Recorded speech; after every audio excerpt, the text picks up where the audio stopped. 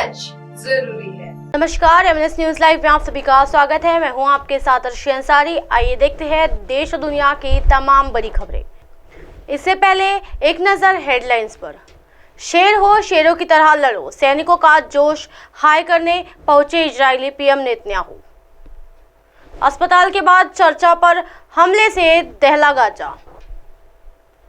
Gaza पर कभी भी हो सकता है जमीनी हमला, इजरायली रक्षा मंत्री ने तैयार रहने को कहा। आइए देखते हैं खबरें विस्तार से।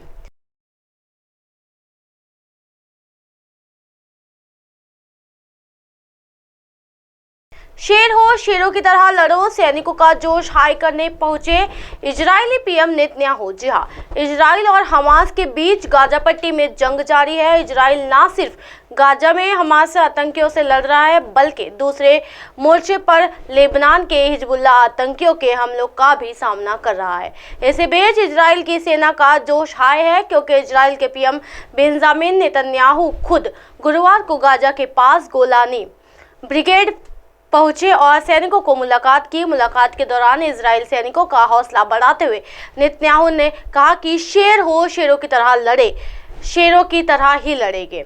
इजरायली सैनिकों के बीच पीएम नेतन्याहू। जी हां, जाने नेतन्याहू ने सैनिकों से क्या कहा, देखते हैं ये रिपोर्ट।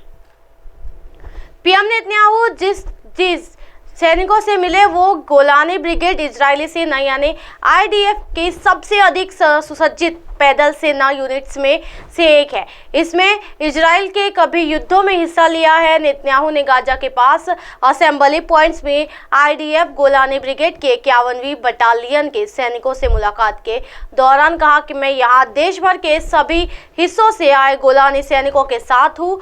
वे शेरों की तरह लड़े हैं और शेरों की तरह ही आगे भी लड़ेंगे।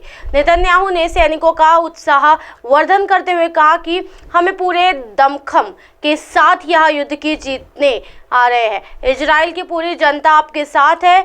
हम हमारे दुश्मनों को निश्चित ही सबक सिखाएंगे। हमास ने इजराइल के लिए खोला नया मोर्चा। जी हाँ, नेतन्याहू से मुलाकात के दौरान आईडीएफ ग्राउंड फोर्सेस की प्रमुख मेजर जनरल तमीर यादई ने नेतन्याहू को बताया कि सैनिकों को जंग के मोर्चे पर किन किन चुनौतियों से जुड़ना पड़ रहा है। जी हाँ, उधर हमास ने इजराइल के लिए नया मोर्चा खोल दिया है। हमास के आतंकियों ने दक्षिण लेबनान में उत्तरी इजराइल पर 20 मिसाइलें दागी है। लेबनान ने आतंकी संगठन हिजबुल्लाह पहले से ही इजराइल पर हमले कर रहा है। गाजा में जमीनी हमले के लिए पूरी तरह तैयार है इजरायली सेना। जी हाँ, उधर गाजा में पिछले 13 दिनों से जारी हवाई हमलों के बाद अब इजराइल सेना सीधे जमीनी जंग छेड़ने की तैयारी में है। वैसे इजराइल सेना की कुछ टुकड़ियां गाजा के बॉर्डर क्षेत्र में अभी भी घुस चुकी है और जमीनी ऑपरेशन चला रही है। बढ़ते हैं अगली खबर की ओर।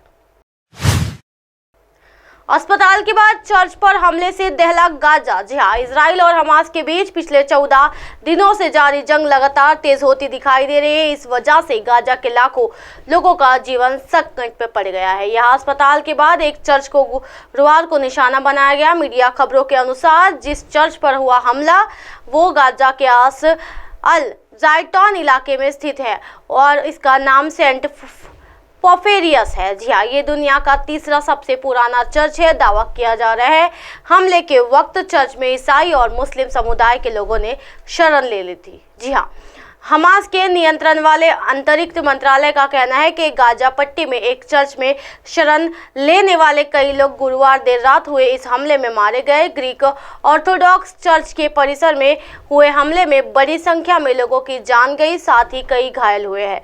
हमास ने दावा किया है कि इजराइल की ओर से किए गए हमले में चर्च तबाह हो गया। हमले में मारे गए लोगों में महिलाओं और बच्चे भी शामिल हैं।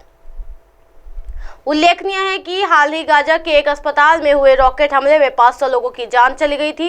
इजराइल और हमास दोनों ने इस हमले के लिए एक दूसरे को जिम्मेदार ठहराया था, लेकिन हालांकि अमेरिका ने इस मामले में इजराइल को क्लीन चिट दे दी है। बढ़ते हैं अगली खबर की ओर। गाजा पर कभी भी हो सकता है जमीनी हमला, इजराइल रक्षा मंत्री ने तैयार रहने को कहा। जी हाँ, इजराइल के रक्षा मंत्री याओव गैलेंट ने थल सेना को गाजा पट्टी में घुसने के लिए तैयार रहने को कहा है। उन्होंने ये नहीं बताया है कि हमला कब शुरू किया हो। जी हाँ, इजराइल के रक्षा मंत्री याओव गैलेंट ने थल सेना का गाजा पट्टी में घुसने के लिए तैयार रहने को कहा है। उन्होंने ये नहीं बताया है कि हमला कब शुरू किया जाएगा। बृहस्पतिवार को गाजा सीमा पर इजरायली इन्फेंट्री सैनिकों के साथ एक बैठक में गैलेंट ने सैनिकों से गाजा में घुसने के लिए सुसंगठित होने तैयार रहने अनुरोध किया है। उन्होंने कहा, मैं आपसे वादा करता हूं कि जिसने भी गाजा को दूर से देखा है वो अब अंदर से इसे देखेगा। इजराइल ने 7 अक्टूबर को हमास के हमले के बाद सीमा पर हजारों सैनिकों को तैनात किया है। इसी तरह की दिन भर की तमाम बड़ी खबरों से फिर कराओगे आपका रूबरू। तब तक के देखते रहिए MNS न्यूज नेटवर्क। मेरे साथ ये नर्श अंसारी के साथ नमस्कार।